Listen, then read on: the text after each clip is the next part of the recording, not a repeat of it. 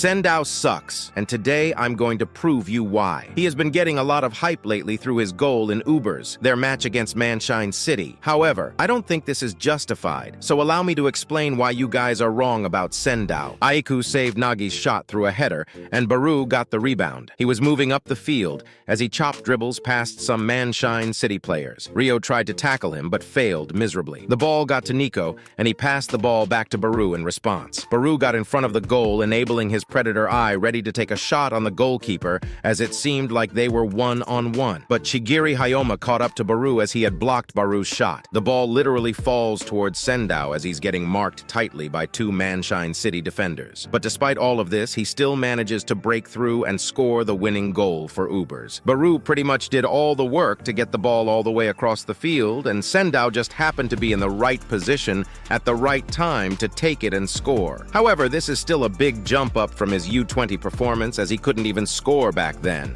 Now he can at least finish when the opportunity presents itself. I get that it's nice that he scored a goal here, but I personally don't think that he'd be performing like this consistently. This sequence of events has quite some parallels with other events. The first thing I could think of was Michaelkaiser's latest bicycle kick goal in Chapter 220. It all started in Chapter 219 when Isagi noticed that Kunigami was going solo after he passed Perron. He had noticed that it was impossible with his current specs, and alongside that there were still 3 defenders in front of him. So Isagi noticed that he could score if he wanted to support. But Kunigami definitely wouldn't pass the ball to him, especially after everyone had witnessed how broken he was when he came out of the wild card. Because of this, Isagi realized that he's got to press him. He reckoned that Kunigami was going to get tied up in front of the penalty area. Isagi knew what he needed to do and could clearly see it as well. But he noticed that Nico could, as well as he was experimenting with metavision. In the meantime, Kunigami gets past Drago and dashes up the field some more. Now the moment has come. Isagi has put Kunigami in a pinch, but Nico had seen through it as well. And Raichi came in too with his stable core,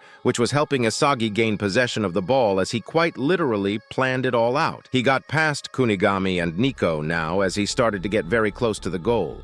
Luckily, Corona was there to help him as they started to exchange passes with each other, but Aiku got in Isagi's way. Aiku has completely neutralized the shot course from his right leg, so he planned on using his left leg instead, even though it's only 40% of the power that his right foot has, which Aiku noticed because he had gained that weapon so quickly. So he runs towards him as it felt like Isagi was completely out of options. He saw right through Isagi's specs. But at that very moment, Yukimiya asserted himself to Isagi. Isagi decided to pass the ball toward Yukimiya as Lorenzo was about to intercept that pass from him. But in that split second, Kaiser tells Lorenzo that he finally took his eyes off the prize as he was waiting for this moment to arrive. Kaiser was preparing to take a shot, but it was a fake as Sendou missed his sliding. Now Aiku was trying to cut off his shooting angle, and in response, Kaiser used Ryu's back to get himself in the air. And that's where he shot his Kaiser impact that went into the net. If you were a casual reader, you would just think that this was amazing from Kaiser and that he stole the show, though arguably one of the best shots I've seen in Blue Lock so far and probably ever. But if you have paid close attention, Isagi was the one planning ahead the most and was the catalyst of the attack. This is pretty much what happened when Sendou scored that goal as well. After Ness came to celebrate Kaiser's goal with that pathetic look on his face, and Kaiser told him to shut up, he explained why that goal was shitty. For Kaiser to get Lorenzo off him and score, he had no choice but to resort to that shitty tactic. He wouldn't be happy scoring a goal by feeding on Isagi's scraps like a goddamn hyena. This might be a coincidence, but a hyena is fast and Chigiri is fast too, so maybe the author is trying to link these two events together that way. He explained that that entire play started with Yoichi. Once he got the ball, Uber's defense was moving to stop him. This forced Lorenzo to leave him so that he could deal with Yoichi's pass, which made his goal at the end just a pitiful dessert. The leading figure of that goal was undoubtedly isagiyoichi, just like Barou was the leading figure of Shido's goal. Kaiser was keeping track of him, which made that goal possible. He constantly needs to keep track of him to score a goal. At this point in the story, Kaiser was depicted as the leading figure of Bastard Munchin after Noel Noah. And guess who is the leading figure inside of the Ubers team?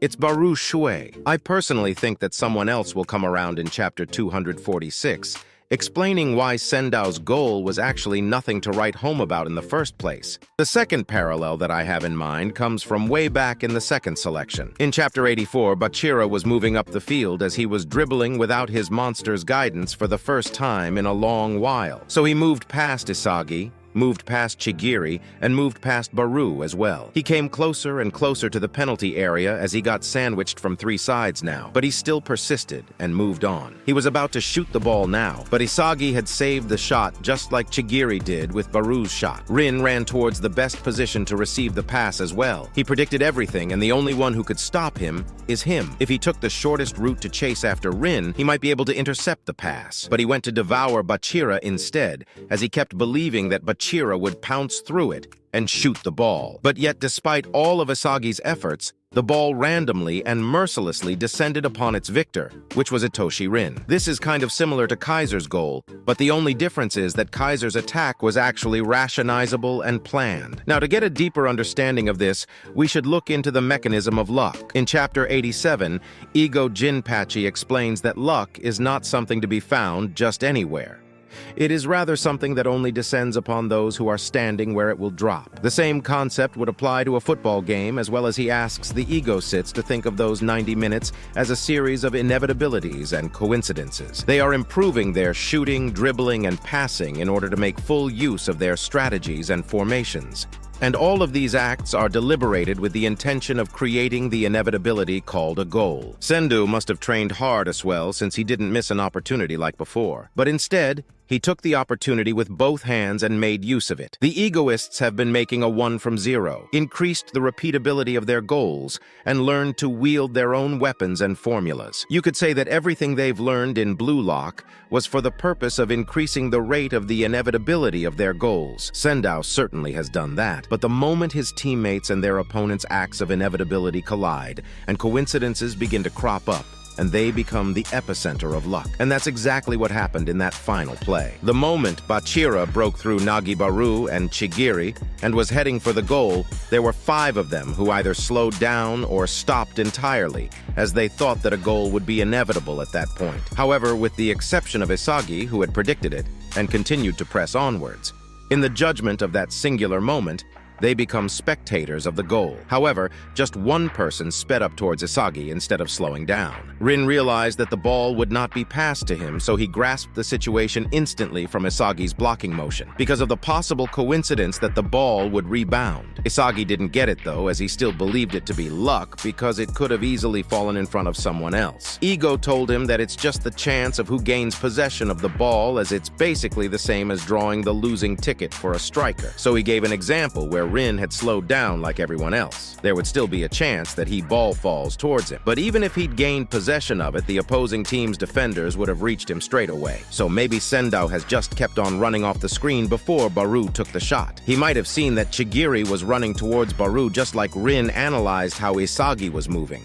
The time it would have taken Rin to trap and shoot the ball wouldn't be possible in that position. The prize wouldn't fall there, which is why he sped up towards the position where if the luck were to drop on him, he'd immediately be able to capitalize on it. At the place where, if one so attempted, they could draw the winning ticket. There was only one person there waiting for his luck, which was Itoshi Rin. Those who only sit back and watch will waste their chance.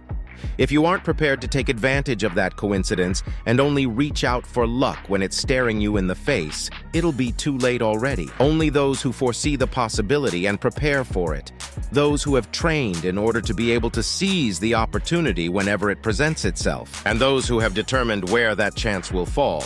Only those with that keen sense of smell will be smiled upon by the goddess of luck. Luck and coincidence are both a part of football. By the way, if you resonate with my content, feel free to hit that subscribe button. So that goal Sendou scored could be through the mechanism of luck, which would be of no fault to him at all, but actually give him credibility. But even if he was so smart in this position and made a bit of a dent, the first parallel has shown us that Sendou was feeding off Barou's scraps, and the second parallel has shown us that Sendou could have actually been onto something. But on the grand scale of things, He still hasn't achieved much at all. This will indeed get him a higher bid. However, if he wants to reach the pinnacle of strikers, he'd have to get through some formidable strikers as well, and baroushouei is one of them. But his goal never was becoming the best striker to begin with. I don't know if he has changed his goals around, but back in chapter 110, all he wanted was to marry a graver idol and live a happy family life. Watch this video on your screen, next manga readers. I'm out. Peace.